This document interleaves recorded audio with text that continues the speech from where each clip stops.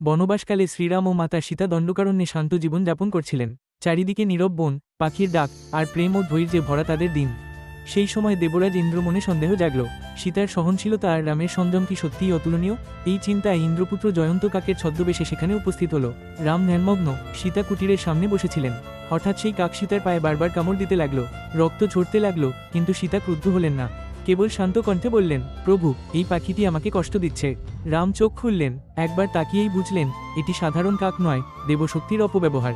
তিনি একটি দর্ভা ঘাস তুলে নিলেন এবং তাতে ব্রহ্মাস্ত্রের শক্তি সংযোজন করলেন। সেই ঘাস আগুনের মতো জ্বলে উঠল।